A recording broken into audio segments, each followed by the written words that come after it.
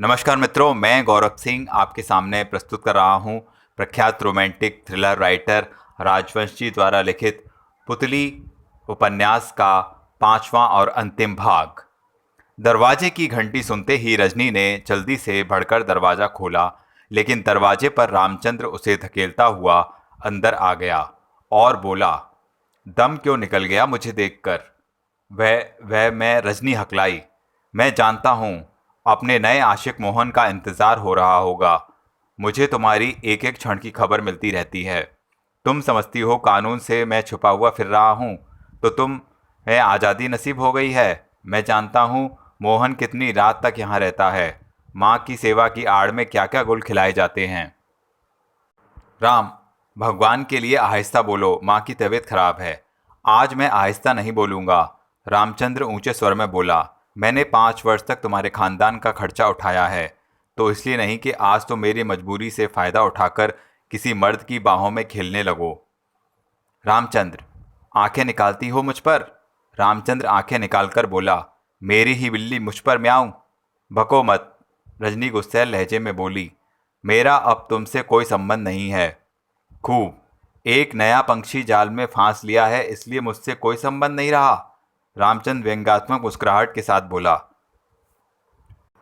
लेकिन यह मत समझना कि मैं तुम्हें आसानी से छोड़ दूंगा।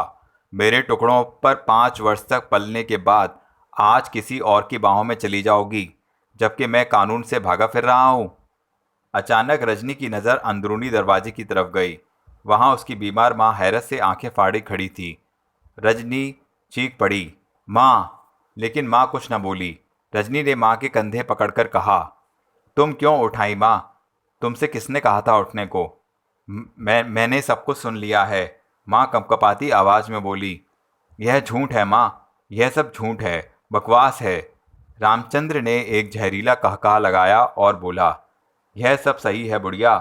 5 वर्ष से तुम्हारी बेटी मेरी बाहों में खेल रही है और मैं तुम्हारे खानदान का खर्चा उठा रहा हूँ, तुम्हारी बीमारी का इलाज कर रहा हूँ। लेकिन आजकल तुम्हारी बीमारी का इलाज कोई और ही कर रहा है। आजकल तुम्हारी बेटी ने अपने हुस्न और जवानी का दूसरा ग्राहक तलाश कर लिया है, इसलिए कि मैं इसके पास आने से मजबूर हूँ। मेरा वारंट निकला हुआ है, लेकिन रजनी ने मेरे अलावा किसी और की तरफ आंख उठाकर देखा तो मैं उसकी जान ले लूँगा। कहते कहते रामचंद्र के दांत मजबूती से भिंच गए। अचानक रजनी की माँ लड़खड़ाई और धड़ाम से फर्श पर गिरी। रजनी चीखकर उसकी तरफ झपटी, माँ माँ। फिर वह रामचंद्र की ओर मुड़कर घृणापूर्वक बोली, कमीने, तू 5 साल तक के अपने एहसान की कीमत मेरी जवानी से वसूल कर रहा है। तूने मेरी पवित्रता छीन ली, मुझे कहीं का नहीं रखा। लेकिन अब मैं तेरे नापाक हाथ अपने जिस्म तक कभी नहीं पहुंचने दूंगी। अब यह राज मेरी माँ पर खुल गया है, लेकिन मैं अपनी माँ को उसकी कसम खाकर यकीन दिलाऊंगी कि अब कोई पापी मेरी तरफ पाप की नज़रों से देखेगा तो मैं उसकी आंखें फोड़ दूंगी, और मैं उससे पहले ही इन आंखों का नूर छीन लूंगा। रामचंद्र दांत किचकिचाकर बोला, मैं जानता हूँ यह तुम नहीं बोल रही, मोहन बोल रहा है। आज मैं तेरा किस्सा ही खत्म कर दूंगा। अचानक रामचंद्र ने चाकू निकाल कर की आवाज़ के साथ खोला और रजनी की आंखें खौफ से फैल गईं। रामचंद्र उसकी तरफ बढ़ता हुआ चाकू लहराता हुआ बोला, आज तू अपने यार की बाहों में खेलने के लिए जिंदा न रहेगी। फिर उसने चाकू वाला हाथ ऊंचा किया। रजनी की चीख निकल गई, लेकिन रामचंद्र का चाकू वाला हाथ ऊपर ही उठा रह गया, क्योंकि पीछे से वह मोहन की गिरफ्त में आ गया था।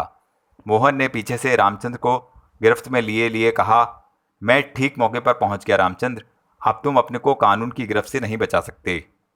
तुम ठीक वक्त पर पहुंच गए, रामचंद्र दांत भींचकर बोला।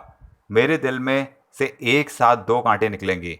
तुमने ईमानदारी का ढोंग कर सेठ जी से मेरी जगह ले ली है, साथ ही मेरी दास्ता पर भी डोले डाल रहे हो। अब तुम दोनों की लाशें इस फ्लैट से पुलिस को मिलेंगी। अचानक रामचंद्र इतनी तेजी से जमीन पर बैठा कि मोहन उसके ऊपर कलाबाजियां खाता हुआ आगे जा गिरा। साथ ही रामचंद्र उछलकर खड़ा हो गया। अब मोहन रामचंद्र की जद पर था और रामचंद्र चाकू लहराता हुआ मोहन पर हमला करने के लिए तैयार था। फिर उसने जैसे ही झपटकर मोहन पर हमला करना चाहा, पीछे से उसकी कमर पर मदन की लात पड़ी और जब वह झोंक में मोहन की तरफ आया तो मोहन ने टांग अड़ा दी। रामचंद्र औंधे मुंह गिरा। चाकू उसके हाथ से निकलकर एक कोने में चला गया। रामचंद्र तेजी से घिसटता हुआ दरवाजे तक पहुंचा, फिर इतनी फुर्ती से उठकर भागा जैसे उसके पैरों में विद्युत शक्ति आ गई हो। मोहन उसके पीछे बाहर की तरफ झपटा। मदन भी उसके पीछे बाहर निकला। उन लोगों ने रामचंद्र को उछलकर दीवार फांदते देखा। मोहन 2-3 छलांगे लगाकर दीवार तक पहुंचा, लेकिन बाहर की तारीकों में रामचंद्र का साया भी नजर न आया। मोहन मुड़कर बरामदे की तरफ आया। मदन ने अपने पाइप के 2 टुकड़े करते हुए कहा, भाग गया बुज़दिल, रन अवे। फिर उसने बड़े इत्मीनान से पाइप के टुकड़े फेंककर नया पाइप जेब से निकालकर दांतों में दबा लिया। रजनी की मां ने आहिस्ता से आंखें खोली। उसे सबसे पहले रजनी का चेहरा नजर आया। रजनी पर झुकी हुई कह रही थी, माँ माँ कैसी हो तुम। माँ कुछ देर तक रजनी को गौर से देखती रही। अचानक उसकी आंखों के दाएं बाएं कोनों से आंसुओं की लकीरें बहने लगीं। रजनी बेचैनी से माँ का हाथ थामते हुए बोली, भगवान के लिए चुप हो जाओ माँ। काश चुप ही हो जाती हमेशा के लिए। माँ ने भर्राई हुई आवाज में कहा, तो आज यह दिन न देखना पड़ता। माँ, रजनी की आवाज भर्रा गई। तूने मुझे मर जाने दिया होता, क्यों मेरी जिंदगी का सौदा अपनी इज्जत रखने से करती रही। माँ, तुम मर जाती तो मेरा इस दुनिया में कौन था। औरत की इज्जत उसका सब कुछ होता है। मैं बूढ़ी हूँ, आज नहीं तो कल मर जाऊंगी, लेकिन मेरी आत्मा पर से यह बोझ कभी नहीं हटेगा कि तूने खानदान की इज्जत का सौदा मेरी जिंदगी से किया था। माँ, रजनी ने भर्राई हुई आवाज में कहा, मैं कसम खाती हूँ माँ, आज से तेरी बेटी एक पाक जिंदगी जिएगी। हम झोंपड़ी में रहेंगे, मैं मेहनत मजदूरी करूंगी, लेकिन तुम्हारी आत्मा पर बोझ नहीं रहने दूंगी। माँ, मुझे माफ़ कर दो। रजनी माँ के सीने पर सिर रखकर रोने लगी। तब माँ की नज़र मोहन पर पड़ी, जो रजनी के पीछे खड़ा था। माँ ने चीखकर कहा, यह कौन है। माँ, यह मोहन बाबू हैं, जिनकी मैं आभारी हूँ, जैसे रामचंद्र की आभारी थी। माँ ने गुस्से लहजे में कहा, शायद रामचंद्र भी इन्हीं का जिक्र कर रहा था। नहीं माँ, तुम मोहन बाबू को गलत समझ रही हो। मोहन बाबू तो देवता हैं। शुरू शुरू में रामचंद्र भी देवता मालूम होता था, जब उसने हमारी मदद की थी। मर्द कभी देवता नहीं होता, एक जवान और खूबसूरत लड़की के लिए। नहीं माँ, यह गलत है। 5 उंगलियां बराबर नहीं होती। मैं भरोसा नहीं कर सकती, किसी पर भरोसा नहीं कर सकती। मोहन चुपचाप सुन रहा था। वह आहिस्ता आहिस्ता करीब आया और बोला, माँ जी, आप मुझे गलत समझ रहे हो। मैंने इतने दुख उठाए हैं कि अब सब कुछ गलत ही गलत नजर आता है। मैं आपको यकीन दिलाता हूँ। मोहन कहते कहते रुक गया। क्या यकीन दिलाओगे तुम। माँ ने चुपते हुए लहजे में कहा, यही ना कि तुम रजनी की मदद बेगर्ज होकर कर रहे हो। यही यकीन पहले रामचंद्र ने भी दिलाया था। रामचंद्र जो रजनी के बाप का दोस्त था, उम्र में रजनी के चाचा के बराबर था, मगर उसने अपनी हमदर्दी की कीमत वसूल कर ली, जो रजनी मरकर भी वापस नहीं ले सकती। उसने रजनी के चेहरे पर जो कालिक थोपी है, वह गंगा यमुना भी मिलकर धोएं तब भी नहीं धुल सकती। आपका ख्याल गलत है माँ जी, मोहन ने आहिस्ता से कहा। कालिक तो रामचंद्र ने खुद अपने चेहरे पर लगाई, जिसने आपकी और रजनी की मजबूरियों का अनुचित लाभ उठाया है। और तुम कोई उचित लाभ उठाना चाहते हो। नहीं, मैं कोई फायदा नहीं उठाना चाहता। मैं नहीं मान सकती, कभी नहीं मान सकती। जो तरीका हो आपके मानने का वह मुझे बताइए, मैं उस पर अमल करूंगा। यह तुम सच्चे दिल से कह रहे हो।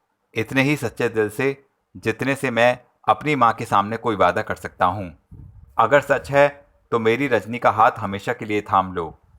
माँ, रजनी चीख पड़ी। मोहन सन्नाटे में रह गया। उसकी समझ में नहीं आ रहा था कि क्या जवाब दे। माँ के कटु स्वर में कहा, बस उतर गया भूत एक जवान लड़की की मदद का। मोहन बाबू, मैंने एक उम्र गुजारी है इस दुनिया में। मैं जानती हूँ जवान और खूबसूरत लड़की की मदद को हर कोई तैयार हो जाता है। आज उनके दिल में गर्ज या लालच ना हो तो कल जरूर पैदा हो जाता है। माँ, रजनी ने रोते हुए कहा, भगवान के लिए चुप रहो माँ। मैं तुमसे वायदा करती हूँ, आइंदा मैं कभी मोहन भाभी से भी नहीं मिलूंगी। मैं इनकी कोई मदद कबूल न करूंगी और मैं तुम्हें यूं बेसहारा छोड़ूंगा नहीं। मोहन ने पुरसुकून लहजे में कहा, जब तक रामचंद्र इस दुनिया में मौजूद है, मैं तुम्हें उसके रहमो करम पर नहीं छोड़ूंगा। मैं जानता हूँ जब औरत बेसहारा होती है तो उसके चारों तरफ मर्दों की हवस के वातावरण रोशन हो जाते हैं। जिनकी चिंगारियां उड़ उड़कर उसके जिस्म को जलाती रहती हैं। मैं भी एक ऐसे खानदान का व्यक्ति हूँ जो एक अरसे तक इन हालात का शिकार रहा।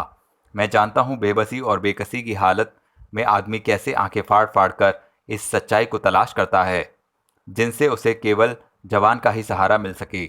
मैं मानता हूँ जब पेट में आग जलती है तो आदमी किस तरह आदमियत की सतह से गिर जाता है। रजनी, तुमने माँ से वादा किया है कि आइंदा पवित्र जीवन व्यतीत करोगी, और माँ ने मेरी नीयत पर शक किया है। तुम्हारी भी कसम पूरी करूँगा और अपना संदेह भी दूर करूँगा। मैं तुमसे शादी करूँगा। मोहन बाबू, रजनी हैरत से चीख पड़ी। मैं माँ को बताऊँगा कि अभी दुनिया से इंसानियत नहीं उठी। मैं माँ की मायूसी दूर करूँगा। रजनी हक्का बक्का सी उसे देखती रही। माँ भी उसे गौर से देख रही थी। मोहन ने कहा, रामचंद्र कानून से फरार है। अब तुम्हें होशियार रहना पड़ेगा। रात को चारों तरफ से दरवाजे और खिड़कियां बंद कर लेना। कोई कितनी कोशिश करे न खोलना। किसी किस्म का खतरा देखो तो फौरन पुलिस को खबर कर देना, और मुझे भी। फिर वह दरवाजे की तरफ पलटा। दरवाजे में मदन आंखें और मुंह फाड़े उसे देख रहा था। फिर जब कुछ देर बाद मोहन मदन की गाड़ी में आकर बैठा तो मदन ने गाड़ी स्टार्ट करते हुए कहा, ए तुम तो बहुत ग्रेट आदमी हो। वेरी वेरी महान man, you foolish.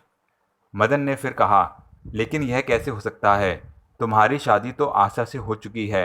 You are married with आशा। वह सिर्फ मेरी कानूनी बीवी थी। अब वह अपनी मर्जी से मुझे छोड़कर जा चुकी है। हम दोनों अपनी अपनी जगह आबाद हैं। टैक्सी मोहन के फ्लैट के सामने रुक गई। मोहन ने किराया अदा किया और टैक्सी से उतरकर जैसे ही वह फाटक की तरफ मुड़ा, फाटक पर उसे एक बूढ़ा नजर आया जो जमीन पर बैठा फाटक से टेक लगाए सो रहा था। टैक्सी चली गई। बूढ़ा मोहन के करीब पहुंचा और उसने उसे ऊंचे स्वर में पुकारा, ए बाबा। बूढ़ा हड़बड़ाकर जाग गया और जल्दी से खड़ा हो गया। फिर वह लड़खड़ाया और जल्दी से उसने फाटक का सहारा लिया। मोहन ने उसे गौर से देखा और नम्र स्वर में बोला, क्या बात है बाबा, कौन हो तुम? किस्मत का सताया हुआ हूँ, बूढ़े ने भर्राई हुई आवाज में जवाब दिया। तुम भूखे मालूम होते हो बाबा, अंदर चलो, कुछ खा पी लेना। नहीं बेटा, मैं भिखारी नहीं हूँ, बूढ़े ने दोनों हाथ हिलाकर कहा। मैं भिखारी नहीं हूँ। वक्त ने इतनी ठोकर मारी है कि इन बूढ़ी हड्डियों में अब हिलने डुलने की शक्ति भी नहीं रही। मैं एक चैन का कोना चाहता हूँ बेटा, भीख के टुकड़ों पर जिंदा नहीं रहना चाहता। हो सके तो मुझे कोई नौकरी दे दो। नौकरी? बाबा, क्या तुम नौकरी करोगे? चौकीदारी कर लूँगा, बागवानी कर दूंगा, मगर हाथ पांव चलाकर पेट भरना चाहता हूँ। मोहन कुछ क्षण तक बूढ़े को देखता रहा, फिर लंबी सांस लेकर बोला, अंदर चलो बाबा। जीते रहो बेटा, जीते रहो। बूढ़ा मोहन के पीछे पीछे अंदर दाखिल हुआ और मोहन के पीछे उसने फाटक बंद किया। मोहन ने बरामदे में पहुंचकर पलटकर देखा। बूढ़ा फाटक से बरामदे तक पड़ी हुई फर्श पर से ऐसे कंकर हटा रहा था जिनसे पैरों में ठोकर लग सकती थी। मोहन ने लंबी सांस ली और दरवाजे की तरफ बढ़ गया। फिर वह कॉल बेल का बटन दबाना ही चाहता था कि दरवाज़ा खुलने की आवाज़ आई। मोहन ने चौंक कर दरवाजे की तरफ देखा। फिर दरवाज़ा खुल गया। मोहन उस औरत को देखकर चौंक पड़ा जो एक सस्ते से कपड़े की साड़ी बांधे थी और चेहरा घूंघट से ढका हुआ था। मोहन ने आहिस्ता से पूछा, तुम? दासी हूँ आपकी, औरत ने आहिस्ता से जवाब दिया। माँ जी ने नौकर रखा है। ओह, मोहन ने हल्की सी सांस ली। देखो, बाहर एक बाबा बैठे हैं, उन्हें खाने को दे दो। फिर मोहन आगे बढ़ गया। कुछ देर बाद मोहन डाइनिंग रूम में खाने की मेज पर था। माँ उसके साथ बैठी थी और दासी मेज पर खाना लगा रही थी। माँ चुपचाप मोहन को देख रही थी और चिंतित नजर आ रही थी। माँ ने कुछ क्षण पश्चात पूछा, क्या बात है बेटा, तुम परेशान नजर आ रहे हो? माँ, मोहन ने चौंक कर कहा, कुछ नहीं माँ, कुछ नहीं। मैं कई रोज से सोच रहा था नौकर की तलाश करूँगा, लेकिन भूल जाता था। तुम्हारी तकलीफ देखते हुए भगवान ने खुद ही यह तकलीफ आसान कर दी। रसोई संभालने वाली भी मिल गई और चौकीदार भी। हाँ बेटा, रसोई संभालने वाली भी मिल गई। माँ ने ठंडी सांस ली। अब मेरे कंधों पर से बोझ उतर गया है। मैं निश्चिंत हूँ। भगवान करे तुझे भी पसंद आ जाए। मोहन ने लवाला मुंह में रखते हुए कहा, पसंद ना आने की क्या बात है? मोहन चौंक कर बोला, उफ, तरकारी में तो नमक बहुत तेज हो गया है। नहीं है बेटा, 2-4 दिन में सब ठीक हो जाएगा। मोहन खाना खाता रहा, लेकिन बार बार उसकी कल्पना में रजनी की माँ का चेहरा उभर आता और उसकी चिंता और गहरी हो जाती, और वह कुछ ऐसी नज़रों से माँ की तरफ देखने लगता जैसे कशमकश में हो कि उसे कैसे बताए कि वह रजनी से शादी का वायदा कर चुका है। आखिर कुछ निवाले खाकर उठ गया। माँ ने कहा, अरे तूने तो कुछ खाया ही नहीं। भूख ज़्यादा नहीं है माँ, मोहन आहिस्ता से बोला। और दासी बेचैन सी हो गई। उसने हाथ मलते हुए पूछा, मालिक सब्जी पसंद ना आई हो तो कुछ और बना दूं? अब इस वक्त मोहन ने दासी की तरफ देखकर मुस्कुराकर कहा, इस वक्त क्या बनाओगी? जी आप जो कहें, अंडे आमलेट बना दूं? नहीं रहने दो, मुझे ज़्यादा भूख नहीं थी।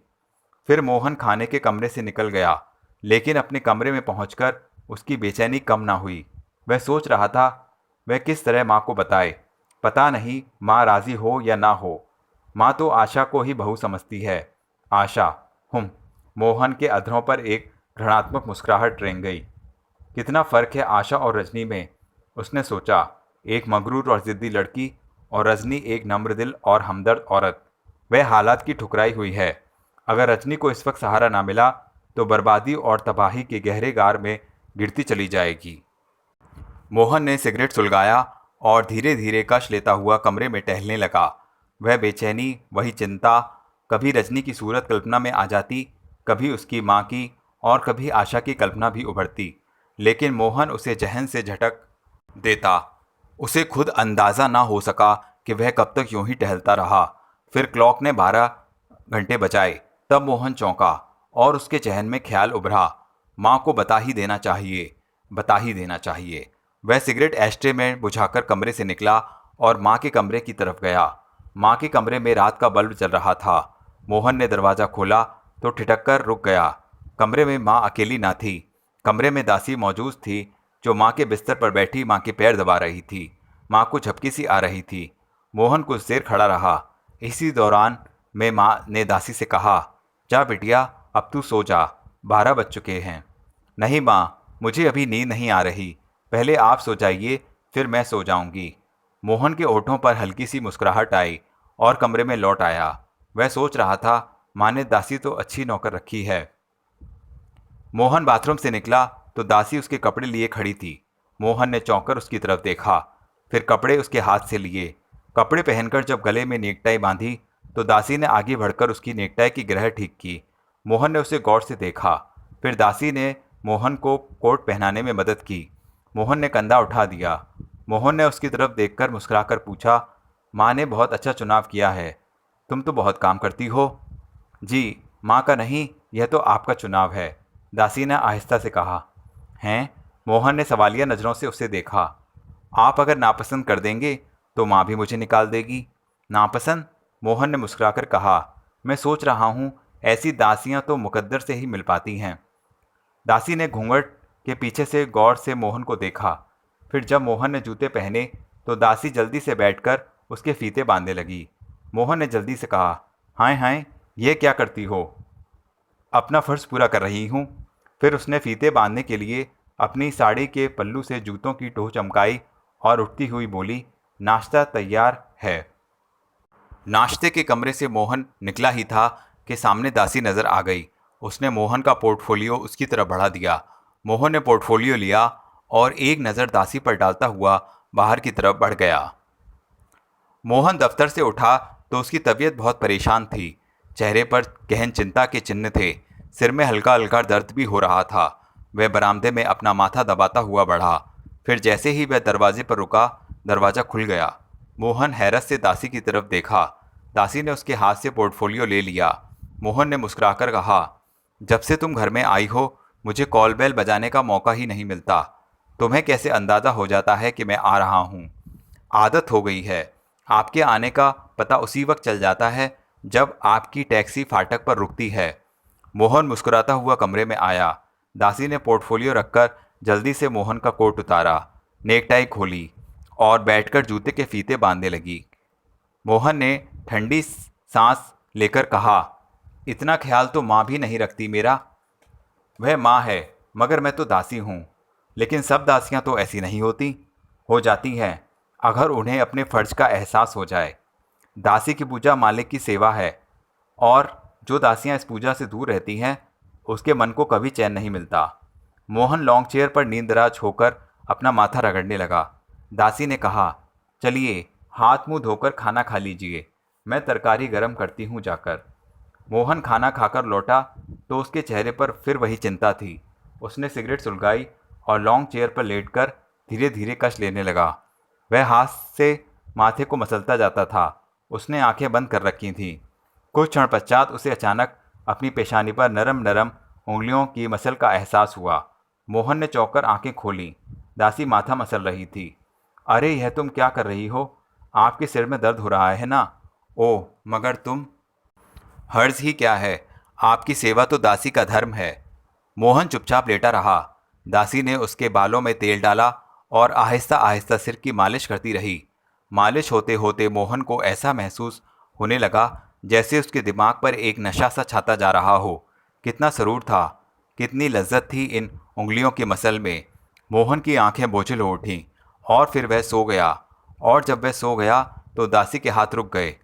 उसने बिस्तर से रजाई उठाकर मोहन की कमर से पैरों तक डाली। उसकी उंगलियों में लगा अधजला सिगरेट निकालकर एस्ट्रे में डाला। नाइट बल्ब जलाकर बड़ी बत्ती बुझाई और आहिस्ता आहिस्ता घूंघट ऊपर सरकाया। फिर मोहन के करीब गौर से मोहन का चेहरा देखती रही। उसके ओंठ कपकपाते रहे। फिर उसकी आंखें डबडबा गईं। उसने झुककर मोहन की पेशानी पर बोसा लिया। फिर पैरों के पास आकर उसके पैर छुए और दरवाजे से निकलकर आहिस्ता से दरवाज़ा बंद कर दिया और माँ के कमरे की तरफ चली गई। चौकीदार ने तेजी से आगे बढ़कर फाटक खोला। फिर वह ठिठक कर रुक गया क्योंकि टैक्सी से उतरने वाला अकेला मोहन नहीं था, उसके साथ रजनी भी थी। मोहन रजनी के साथ चलता हुआ बरामदे में पहुंचा। पीछे चौकीदार इन दोनों को आंखें फाड़ते देख रहा था। जैसे ही वे दोनों बरामदे में पहुंचे, दरवाज़ा खुला, लेकिन दासी ठिठक कर रुक गई। उसने मोहन और रजनी को हैरत से देखा। मोहन ने मुस्कुराकर रजनी से कहा, रजनी, यह दासी है।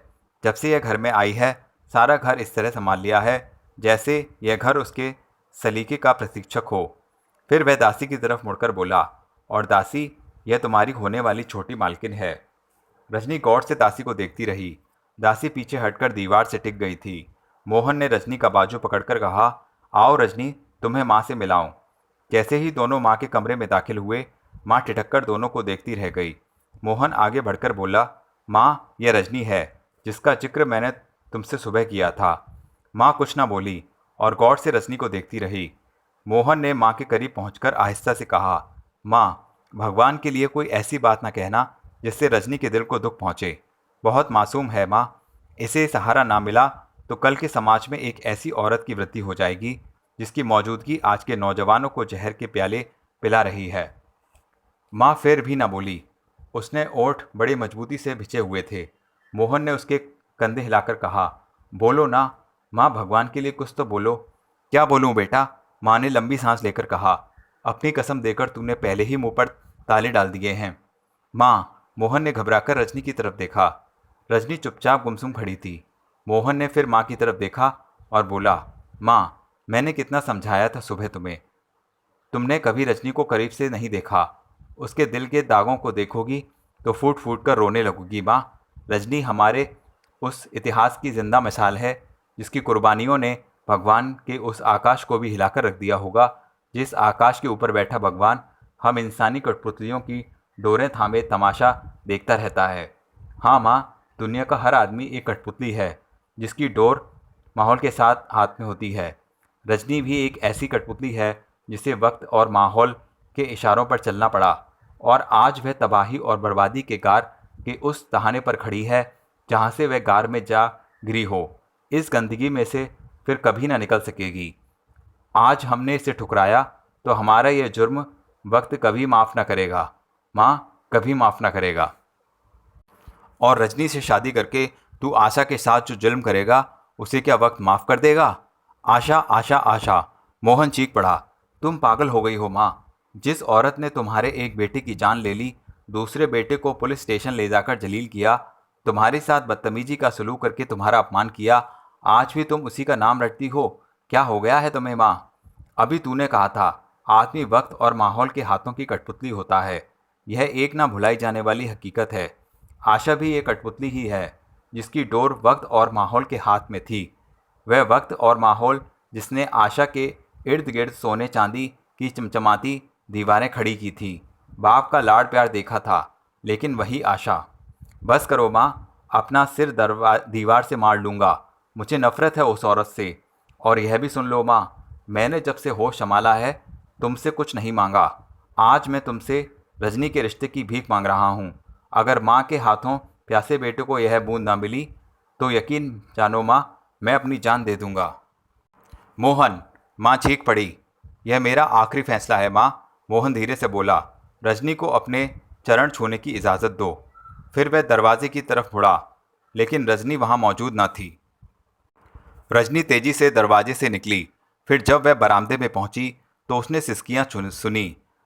उसने चौंक कर उस कोने की तरफ देखा। रजनी कुछ अंधकार में थी। उस ओर कुछ प्रकाश था जहां दासी बूढ़े बाबा के कंधे पर सिर टिकाए रो रही थी और बूढ़ा उसके सिर पर हाथ फेरकर उसे पुचकार रहा था। दासी कह रही थी, अब क्या होगा डैडी, अब क्या होगा? घबराओ नहीं बेटी, बूढ़े ने भर्राई हुई आवाज में कहा। हो सकता है यह भी हमारा कोई इम्तिहान हो। डैडी, वह सिसक और बोली, मेरे दिल में शक्ति नहीं इस इम्तिहान से गुजरने की। अगर उन्होंने रजनी से शादी कर ली तो क्या होगा? और वह और ज़्यादा सिसकियां भरने लगी और रजनी आहिस्ता बड़बड़ाई, आशा।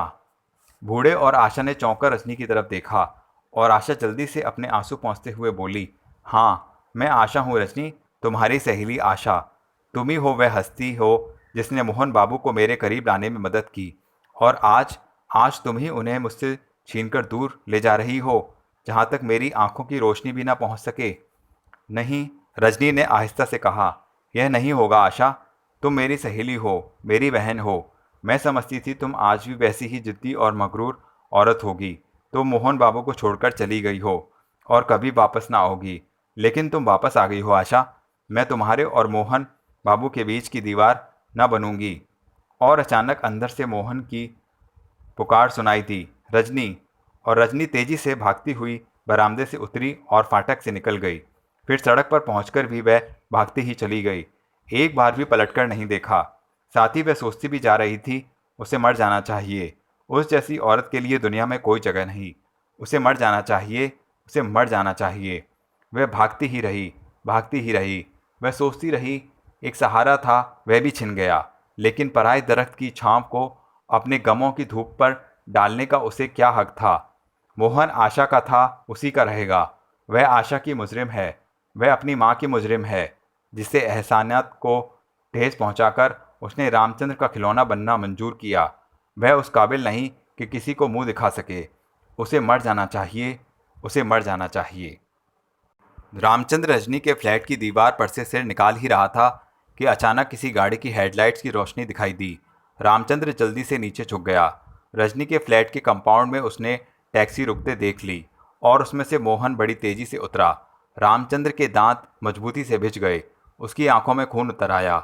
उसने रिवॉल्वर की नाल मोहन की तरफ दान दी। मोहन टैक्सी ड्राइवर को किराया अदा किया, अपनी तेजी से बरामदे की तरफ बढ़ा। रामचंद्र ने कुछ सोचा, फिर रिवॉल्वर वापस जेब में रख लिया और वापस अंधेरे में रेंग गया। मोहन तेज तेज चलता हुआ दरवाजे तक पहुंचा और उसने दरवाजे की बेल बजाई, फिर दबाता ही चला गया। कुछ देर बाद अंदर से रजनी की माँ की थकी हुई आवाज़ सुनाई दी। कौन? रजनी। मैं हूँ माँ, मैं हूँ माँ। मोहन। दरवाज़ा खुल गया। रजनी की माँ सामने खड़ी थी। मोहन ने तेज तेज लहजे में पूछा, रजनी इधर नहीं आई? नहीं तो, माँ चौंक कर बोली, लेकिन वह तो तुम्हारे साथ गई थी। वह वहाँ से बगैर कुछ कहे सुने चली आई। मैं उसे टैक्सी में तलाश करता फिर रहा हूँ। नहीं, रजनी की माँ कपकपाती आवाज़ में बोली, मेरी बच्ची कहीं उस राक्षस के हाथों में ना पड़ जाए। मुझे यही आशंका है। मोहन, तुम उसे ले गए थे, मैं अपनी बच्ची को तुमसे लूँगी, तुमसे। मोहन तेज तेज चलता हुआ दरवाजे तक पहुंचा। उसने दरवाजे की बेल बजाई, फिर दबाता ही चला गया। मोहन कुछ न बोला। उसके चेहरे पर अत्यंत घबराहट और परेशानी के आसार थे। रजनी की माँ शिश्कियाँ लेती हुई बोली, आखिर वही हुआ जिसका मुझे डर था। मेरी बच्ची ने जब से होश संभाला है उसकी ज़िंदगी उलझनों और परेशानियों का ही शिकार रही है। उसने कभी चैन नहीं पाया। तुमने उसे झूठा सहारा दिया और माँ जी, मैंने उसे झूठा सहारा नहीं दिया। बको मत। तुम इतने ही सच्चे हो तो क्यों वह तुम्हारे घर से भागने पर मजबूर हुई? तुम यहाँ से उसे अपनी जिम्मेदारी पर ले गए थे। उसकी जिम्मेदारी के साथ उसे मेरे पास क्यों नहीं पहुँचाया?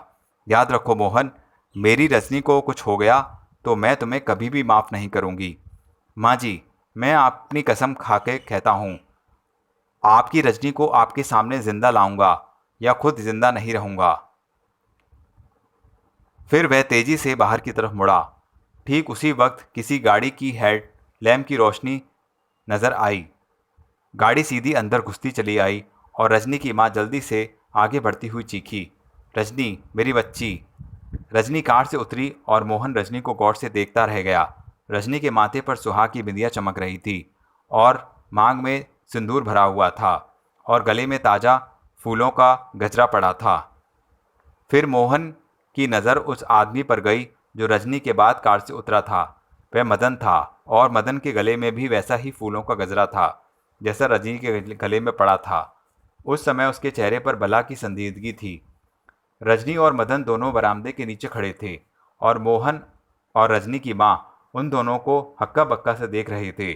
फिर मदन खुद ही रजनी का हाथ पकड़कर आहिस्ता आहिस्ता करीब आया। उसने मोहन और रजनी की माँ से कहा, मोहन भैया, माँ जी, आप लोग हमें आशीर्वाद नहीं देंगे? यू विल नॉट गेट आशीर्वाद, यू फुलिश। फिर उन दोनों ने रजनी की माँ के पैर छुए और फिर मोहन के। रजनी की माँ ने दोनों के सिरों पर हाथ फेरा। उसकी आंखों में खुशी के आंसू झिलमिला रहे थे। मदन ने मोहन की तरफ देखा और बोला, तुम क्यों चुप खड़े हो मोहन भैया? शायद इसलिए कि जिस लड़की से मैं शादी करना चाहता था उसे तुमने कर ली और जिस लड़की से तुम शादी करने वाले थे उसे मैंने जीवन साथी बना लिया। मगर तुम खुद सोचो, तुम आशा से शादी कर चुके हो। आशा से मुझे हमदर्दी है क्योंकि वह मेरे डैडी के दोस्त और मेरे अंकल की बेटी है। इसके अलावा उसने बचपन का कुछ हिस्सा मेरे साथ गुजारा है। मैं उसे बर्बाद होते नहीं देखना चाहता। खुद मेरे डैडी को भी अंकल नारायण दास की बर्बादी का बेहद दुख है और वह अंकल नारायण दास और आशा को तलाश कर रहे हैं। वे लोग कहीं मिल जाएं तो उनकी फैक्ट्री उन्हें वापस कर दें। डैडी की गलती के प्रायश्चित का एक रास्ता यह भी है कि मैं आशा की ज़िंदगी बर्बाद होने से बचा लूं।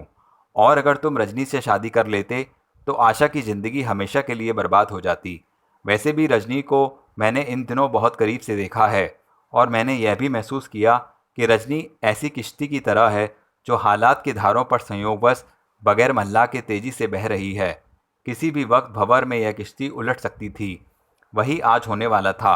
आज रजनी अगर मुझे नज़र न आती तो कुछ देर बाद आप लोगों को रजनी की लाश ही मिलती, क्योंकि यह अहमक लड़की, जो अब अहमक नहीं है, आत्महत्या करने वाली थी। नहीं, रजनी की मां ने हैरत से कहा और फिर आगे बढ़कर जोर से रजनी को भींच लिया।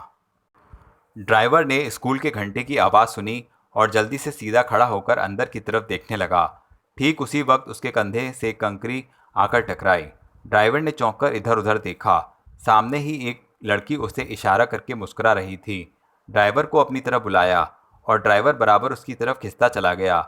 लड़की आगे बढ़कर एक दीवार के पीछे की तरफ बढ़ गई। ड्राइवर दीवार के करीब पहुंचा। दीवार के मोड़ पर लड़की खड़ी मुस्कुरा रही थी। ड्राइवर के ओठों पर भी मुस्कुराहट फैल गई। लड़की ने बड़े जोर से कहा, आओ ना। ड्राइवर का दिल जैसे हलक में आकर उलट गया। ठीक उसी वक्त उसने कार की तरफ देखा। रोमी बस्ता डाले गले में कार में घुस रहा था। फिर ड्राइवर कोई फैसला भी न कर पाया कि कार स्टार्ट हुई और बड़ी तेज़ी से भागती चली गई। अरे अरे, ड्राइवर उधर भागता हुआ चीखा, छोटे मालिक, छोटे मालिक, कौन है, कौन है? मगर कार बहुत दूर जा चुकी थी। ड्राइवर कुछ देर तक दौड़ा, फिर सड़क पर रुककर हाँफने लगा। उसके चेहरे पर बदहवासी थी। रोमी ने चौंककर कार चलाने वाले की तरफ देखा और बोला, हैं, तुम कौन हो? आज हमारा ड्राइवर क्यों नहीं आया? मैं आपका नया ड्राइवर हूँ। अचानक कार एक सड़क पर रुक गई। रोमी ने हैरत से पूछा, हैं, यह कार क्यों रोक ली? लेकिन चलाने वाला बगैर कुछ जवाब दिए नीचे उतरा। उसी वक्त एक कार पीछे से आकर बराबर में ठहर गई। फिर रोमी को ज़बरदस्ती कार से खींचकर उतारा गया और दूसरी कार में सवार कर लिया गया। रोमी ने चीखने की कोशिश की तो उसका मुंह बंद कर दिया गया। रोमी की कार सड़क पर ही खड़ी रह गई और बदमाशों की कार हवा से बातें करने लगी। घनश्याम दास ने गुस्सैल स्वर में ड्राइवर से कहा। क्या बकते हो? मैं सच कहता हूँ सरकार, पता नहीं वे कौन लोग थे। वह छोटे मालिक को उठाकर ले गए और कुछ दूर जाकर आपकी कार छोड़ गए। घनश्याम दास के हाथ पैर फूल गए। फिर वह कुछ कहने ही वाले थे कि अचानक टेलीफोन की घंटी बजी। उन्होंने जल्दी से रिसीवर उठाकर घबराए हुए स्वर में कहा, मैं हूँ घनश्याम दास। दूसरी तरफ से हल्के से कहकहे की आवाज़ सुनाई दी और घनश्याम चौंक कर बोले, ओह रामचंद्र, आपका सेवक। रामचंद्र ने जवाब दिया, शायद आपको मालूम हो चुका होगा कि अब रोमी मेरे कब्जे में है। ओह नमक हराम, अगर मेरे रोमी को कोई भी कष्ट पहुंचा तो मैं तेरी जान ले लूँगा। रोमी को कोई कष्ट नहीं पहुंचेगा, बशर्ते कि आप 1 घंटे के अंदर 1 लाख रुपया मेरे आदमियों के साथ लेकर चले आएं। मैं यहाँ केवल आपसे एक इकरारनामा लिखवाऊंगा जिसमें आप लिखेंगे कि आप मेरे ऊपर से गबन का मुकदमा उठाने के लिए सहमत हैं और आपकी रकम मुझसे वसूल हो चुकी है। बकवास है, मैं अब तुम्हारी धमकियों में नहीं आऊँगा। रामचंद्र ने कहकहा लगाया और बोला, यह धमकी नहीं है। अगर आपने मेरी हिदायत पर अमल न किया तो 1 घंटे के बाद शहर की किसी सड़क पर से अपने बेटे की लाश उठवा लीजिएगा। नहीं, घनश्याम दास कंपकपाकर बोले, नहीं, तुम ऐसा नहीं करोगे।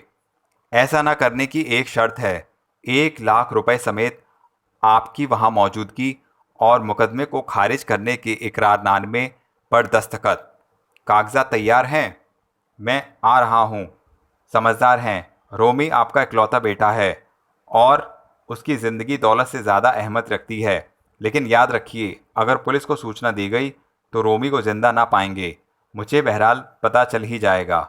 मैं पुलिस को खबर नहीं करूँगा, मगर मैं कैसे आऊँ? मुझे तुम्हारा पता तो मालूम नहीं। आप कोठी से पैदल निकलिए और रेलवे रोड पर चलते रहिए।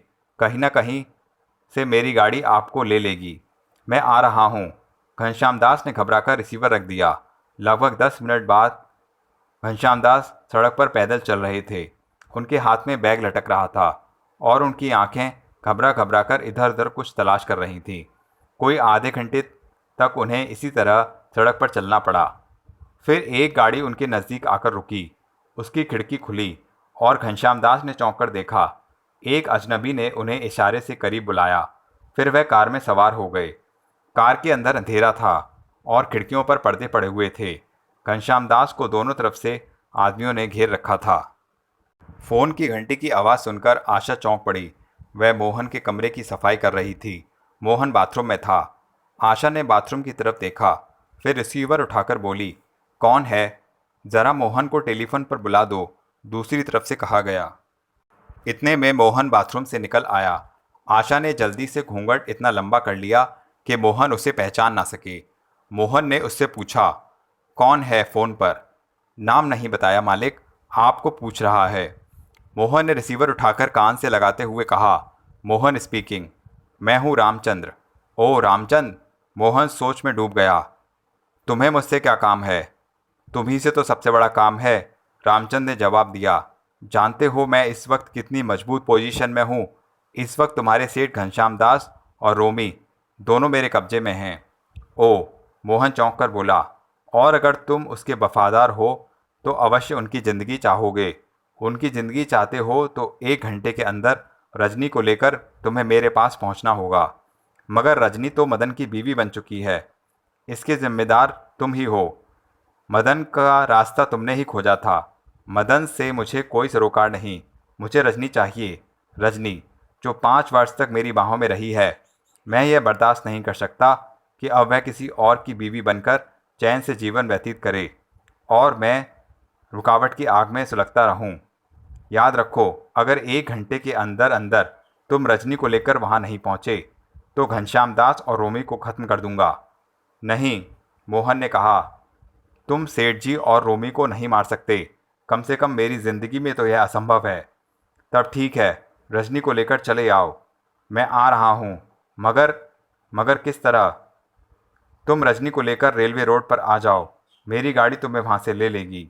मैं आ रहा हूँ। मोहन ने रिसीवर रखकर कुछ सोचा। फिर बड़ी फुर्ती से उसने टेलीफोन डायरेक्टरी उठाई। आशा घूंघट से मोहन की बेचैनी की कैफियत देख रही थी। मोहन ने जल्दी से डायल घुमाया और रिसीवर कान से लगा लिया। Hello exchange. ओ यस, मैं 337 बोल रहा हूँ। अभी अभी इन नंबरों पर से कहाँ से कॉल आया था? ओके, मैं होल्ड ऑन किए हूँ। मोहन कुछ क्षण यूं ही खड़ा रहा, फिर बोला, यस मैं सुन रहा हूँ। 589 से। थैंक्स। मोहन ने तेजी से डायरेक्टरी में 5 1 0 9 तलाश किए। फिर उसकी उंगली उन नंबरों पर गई। उसने जल्दी जल्दी पता पढ़ा, फिर तेजी से कोट पहना और उसी वक्त नौकरानी ने मोहन का रास्ता रोकते हुए कहा, क्या किस्सा है मालिक, कहाँ जा रहे हैं आप? मेरे सेठ और उनके लड़के की जान खतरे में है। मोहन ने उसे सामने से हटाते हुए कहा, वक्त कम है, मुझे जल्दी। फिर वह बड़ी तेजी से दरवाजे से निकल गया। आशा हक्की बक्की सी खड़ी रह गई। उसी वक्त टेलीफोन की घंटी बजी और उसने जल्दी से रिसीवर उठा लिया। और याद रखो मोहन, अगर पुलिस को खबर की गई तो मैं इन दोनों के साथ तुम्हें और रजनी को जिंदा नहीं छोड़ूंगा। आशा ने घबराकर रिसीवर रख दिया। फिर वह भागती बाहर निकली, मगर मोहन जा चुका था। सामने ही माँ नजर आई और आशा घबराए हुए लहजे में बोली, माँ जी, मोहन बाबू को रोकिए माँ जी, भगवान के लिए उन्हें रोकिए। क्या हुआ बहू, क्या हुआ? माँ घबराकर पूछा। मोहन बाबू के मालिक और उनके लड़के को कोई बदमाश उठाकर ले गया है। मोहन बाबू नहीं गए हैं माँ जी, भगवान के लिए उन्हें रोकिए, भगवान ना करे उन्हें कुछ हो जाए। माँ सन्नाटे में खड़ी रह गई। आशा डैडी डैडी चीखती हुई आई। माँ उसके पीछे दौड़ी। आशा बूढ़े चौकीदार के पास पहुंची और उसके कंधे से लगकर रोती हुई बोली, डैडी उन्हें बचाइए, भगवान के लिए उन्हें बचाइए। डैडी? माँ ने चौंक कर कहा, यह चौकीदार? हाँ बहन जी, चौकीदार ने भर्राई हुई आवाज़ में कहा, मैं इस नादान लड़की का बाप हूँ नारायण दास। मगर मोहन को क्या हुआ? आशा ने जल्दी जल्दी चौकीदार को सब कुछ बताया और चौकीदार घबराकर बोला, मगर मैं उसे कहाँ तलाश करूँगा? ठहरिए, मैं डायरेक्टरी में फ़ोन करने वाले का पता देखती हूँ। फिर वह भागती हुई अंदर चली गई। माँ हैरत से नारायण दास को देख रही थी। नारायण दास ने ठंडी सांस लेकर कहा, मेरी बदनसीबी की कहानी बहुत लंबी है बहन जी। मेरे ही अनुचित लाड प्यार ने लड़की को नादान बनाया। औलाद एक कठपुतली होती है। माँ पिता उसे जिस तरह चाहें उठाएं। इस लड़की की बड़ी नादानी ने ही मुझे इतने बड़े इम्तिहान में डाला। मेरा सब कुछ तबाह हो गया। फिर यह नादान लड़की अपने पति का घर छोड़ गई तो मुझे और भी दुख हुआ। मैं साय की तरह इसके पीछे रहा। मैं चाहता था कि यह किसी तरह अपने पति के यहाँ पहुँच जाए। शादी से पहले लड़की का रखवाला बाप होता है, शादी के बाद उसका पति। यहाँ घर तो पहुँच गई मगर अपने पति को ना पा सकी और इस आस में चौकीदार बनकर रह रहा था कि जिस रोज़ यह अपना पति पालेगी मेरी जिम्मेदारी खत्म होगी और मैं किसी तीर्थ स्थान पर जा पड़ूंगा। अचानक आशा भागती हुई वापस आई और बोली, मैं भी आपके साथ चलूंगी डैडी, चलिए वक्त कम है।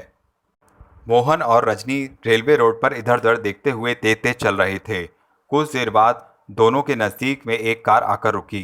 कार रुकी और एक व्यक्ति ने रजनी और मोहन को इशारे से करीब बुलाया। रजनी और मोहन कार में सवार हो गए। कार चल पड़ी।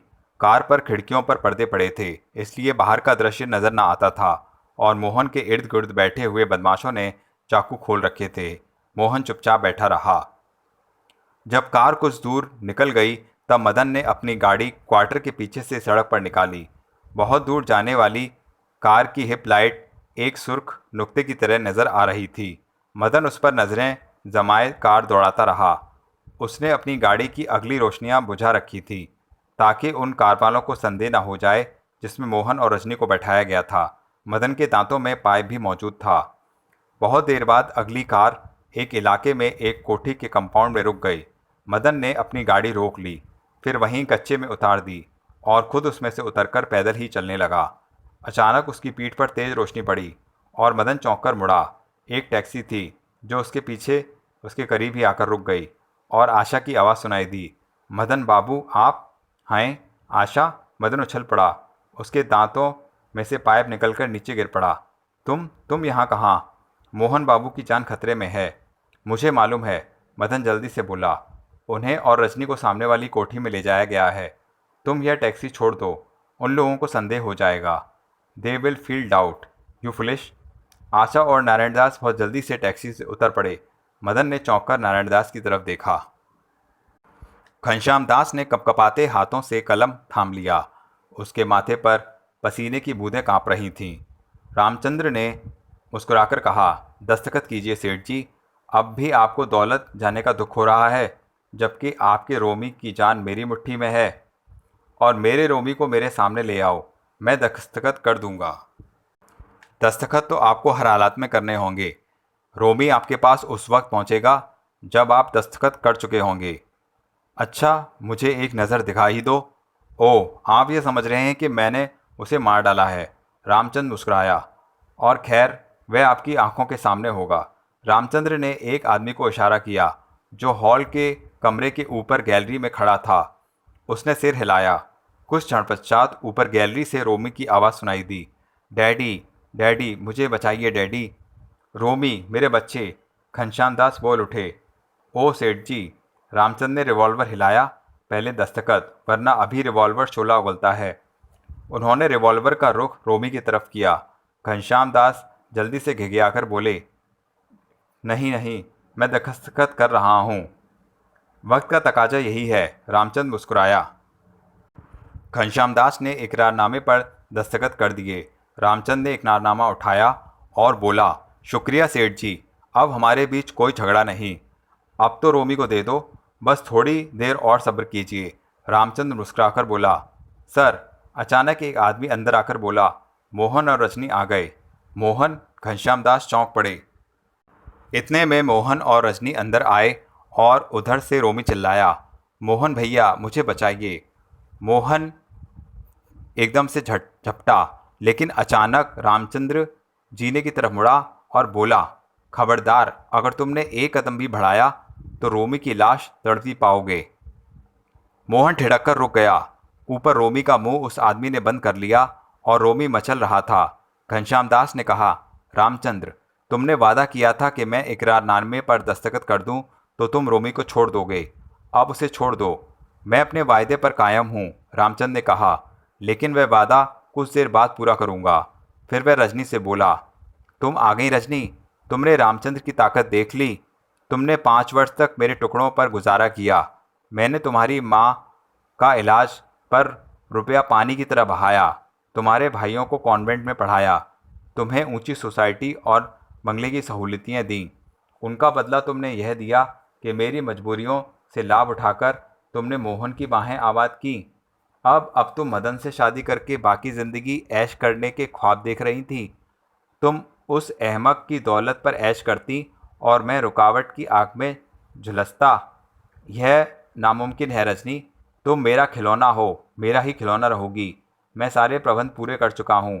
यहाँ से केवल तुम मेरे साथ जाओगी और ज़मानत के बतौर रोमी जाएगा, ताकि यह लोग भी मेरे जाते ही पुलिस को खबर न कर दें। नहीं, घनश्याम दास जोर से सीखे, मेरा रोमी मुझे वापस कर दो। आपका रोमी ज़रूर वापस होगा सेठ जी, मगर उस वक्त जब मैं आप लोगों की पहुंच से दूर निकल जाऊंगा।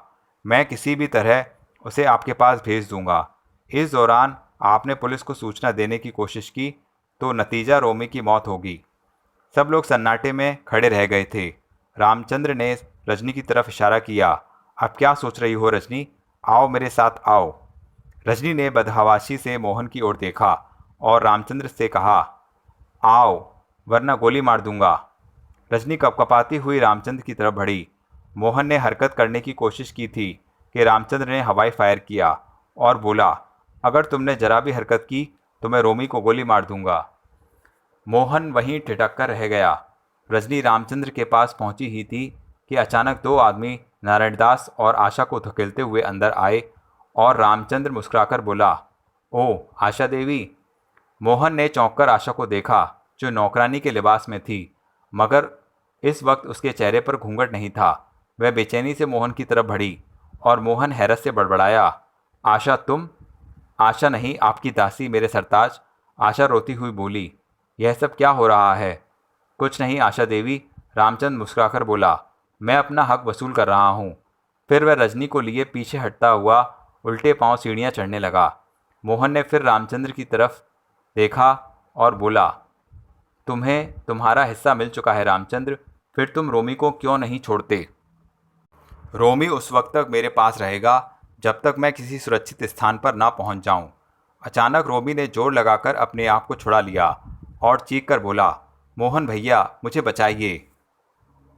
रामचंद्र ने चौंक कर रोमी की तरफ देखा और दूसरे ही क्षण मोहन रामचंद्र पर झपटा, लेकिन उसी क्षण रामचंद्र का रुख मोहन की तरफ हुआ और उसने मोहन पर फायर कर दिया। लेकिन इतने में नारायणदास उछलकर मोहन और रामचंद्र के बीच आ गया था। गोली नारायणदास के सीने में लगी और रजनी चीखी, डैडी डैडी। दूसरी तरफ रोमी ने खुद को छुड़ाकर ऊपर से नीचे छलांग लगाई और इससे पूर्व कि रोमी गिरता, मोहन ने छलांग लगाई और रोमी को दोनों हाथों पर रोककर जमीन पर बैठा दिया।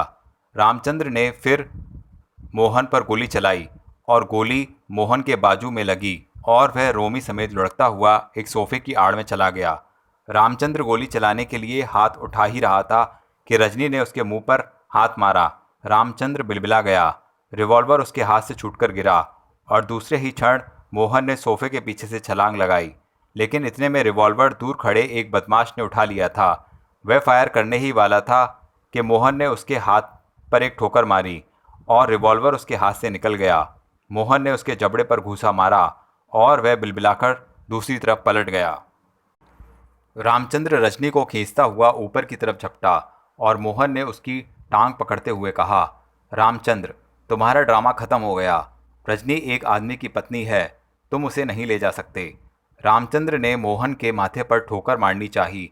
मोहन ने झपटकर उसकी दूसरी तरफ टांग पकड़ ली और झटका दिया। वह औंधे मुंह गिरा, फिर मोहन के साथ लुढ़कता हुआ नीचे चला गया। मोहन पर रामचंद्र के आदमियों ने हमला बोल दिया, लेकिन मोहन ने रामचंद्र को नहीं छोड़ा। अचानक हॉल में एक फायर की गूंज सुनाई दी और मदन की आवाज़ गूंजी, खबरदार, पुलिस पुलिस। रामचंद्र के साथी मोहन को मारते मारते चौंककर ऊपर की तरफ भागे। दूसरा फायर हुआ और इंस्पेक्टर पुलिस की कड़कदार आवाज़ सुनाई दी।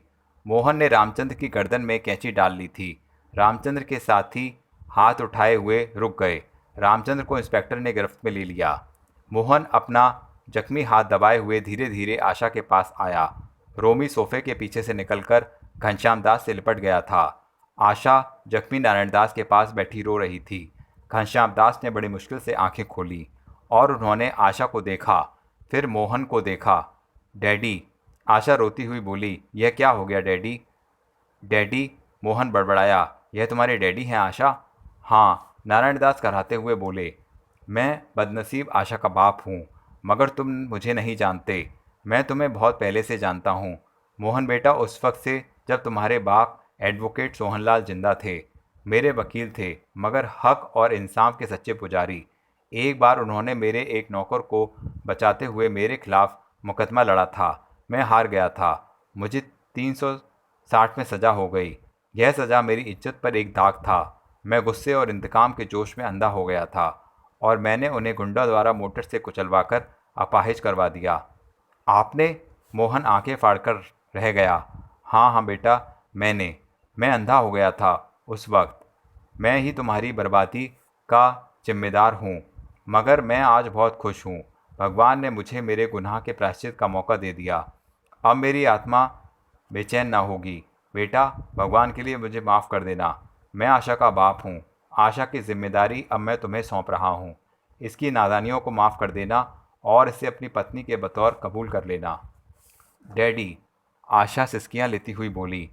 ओह मोहन बेटा, बोलो, भगवान के लिए मुझे निराश न करो, वरना मेरी आत्मा बेचैन रहेगी। नारायण दास ने मोहन का हाथ अपने हाथ में लिया। मोहन ने आहिस्ता से अपना जख्मी हाथ नारायण दास के हाथ पर रखा और बोला, मैं आशा को अपना जीवन साथी समझूंगा। नारायण दास को ओठों पर पुरसुकून मुस्कुराहट आई।